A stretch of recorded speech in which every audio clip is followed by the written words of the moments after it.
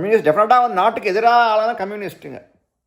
1965 போர் நடந்த போதே வந்து ரத்தம் கொடுக்க மாட்டான்னு மறுத்தவங்க தான் இவங்க. அப்போ சைனா கம்யூனிஸ்ட், இவங்க கம்யூனிஸ்ட்டுங்கிறதுனால நம்ம இந்தியன் ஆர்மி சோல்ஜர்ஸ்லாம் வந்து அடிபட்டு வந்த போது ரத்தம் கொடுத்தோம்னா அவனுக்கு வந்து தப்பாக அது அவங்களுக்கு எப்படி இந்தியாவில் தங்கிக்கிட்டு இந்தியன் இதை பண்ணிட்டு சாப்பாடுலாம் சாப்பிட்டுட்டு இந்திய மண்ணிலே இருந்துக்கிட்டு நம்ம இந்திய வீரர்களுக்கெல்லாம் வந்து ரத்தம் கொடுக்க மாட்டாங்கன்னு சொன்னாங்க கம்யூனிஸ்ட். அந்த மாதிரிலாம் கம்யூனிஸ்ட் அந்த மாதிரி வழித்தோன்றல் வந்து இந்த மாதிரி பேசி திரிகிறாரு.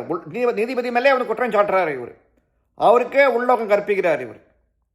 ஸோ இந்த மாதிரி வந்து இந்த விவகாரம் வந்து பார்த்தோன்னா டிஎம்கே வந்து இதை விடுறதா இல்லை. அவங்களுக்கு வந்து டெஃபினட்டாக எப்படின்னா ஸ்டாப் பண்ணி மைனாரிட்டி ஓட்டை தக்க வச்சுக்கணும் அப்படின்னு சொல்லிட்டு. பட் இதுக்குமே வந்து மைனாரிட்டி ஓட்டுக்கு என்ன சம்மந்தன்றது நமக்கு டவுட்டாக தான் இருக்குது. ஸோ குறிப்பிட்ட தர்கா அங்கே இருக்குது, அவங்களே வந்து கவனி தான் இருக்காங்க. இதுக்கு முந்தி கவனிச்சிங்கன்னா வந்து ஆடு கோழி பலிக்கிட்டு இருந்தாங்க, தடுத்தாங்க அந்த கோர்ட்டு. ஸோ இன்னும் மேலே பண்ணாங்கன்னா வந்து எங்கேயாவது மைனாரிட்டி ஓட்டு போயிடுமோ இந்த இது பயந்துக்கிட்டு டிஎம்கே இந்த மாதிரி விவகாரத்தில் இப்போ இது பண்ணியிருக்காங்க. பட் இது தேவையே இல்லாத விஷயம்னு தோணுது நமக்கு. ஏன்னா வந்து இது உரிமை, இது எப்போ இருந்திருக்கு. அப்புறம் வந்து திடீர்னு தடுத்து நிறுத்தி ஒரு 100 வருஷமாக இப்படி மாற்றிட்டு இருக்காங்க. உச்சிப்பிள்ளை கோலை ஏற்றி இது ஸ்டாப் பண்ணியிருக்காங்க. அப்படிங்கிற போது திரும்பி வந்து நீதி வந்து விளையாட்டுருக்காங்க நம்ம ராமரமிக்குமார் இவங்கெல்லாம் வந்து. ஸோ இது மாதிரி பண்ணுறது வந்து டிஎம்கே டெஃபினட்டாக இது வந்து மைனாரிட்டி ஓட்டு தாஜா தான் இது. ஸோ இந்த விஷயத்தில் அண்ணாமலையை வந்து கையெடுப்பார் நம்ம நினைக்கிறோம். இப்போ அண்ணாமலை வந்து இந்த போராட்டத்தை வந்து கையெடுத்தாருன்னா டெஃபினட்டாக அது வேறு மாதிரி போகும்.